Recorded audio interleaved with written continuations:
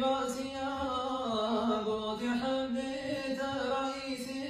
أنبياء من مهاجر لخوداد تنوحت محمد صاحب نصر فتوح هدمها بزاد قومز قلته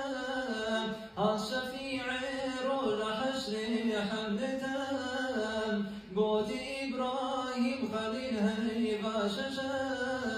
حملته نبي جليل دلقشا من مها حفاد إسماعيل زبيح قوت حملته خذ يديني صحيح لمها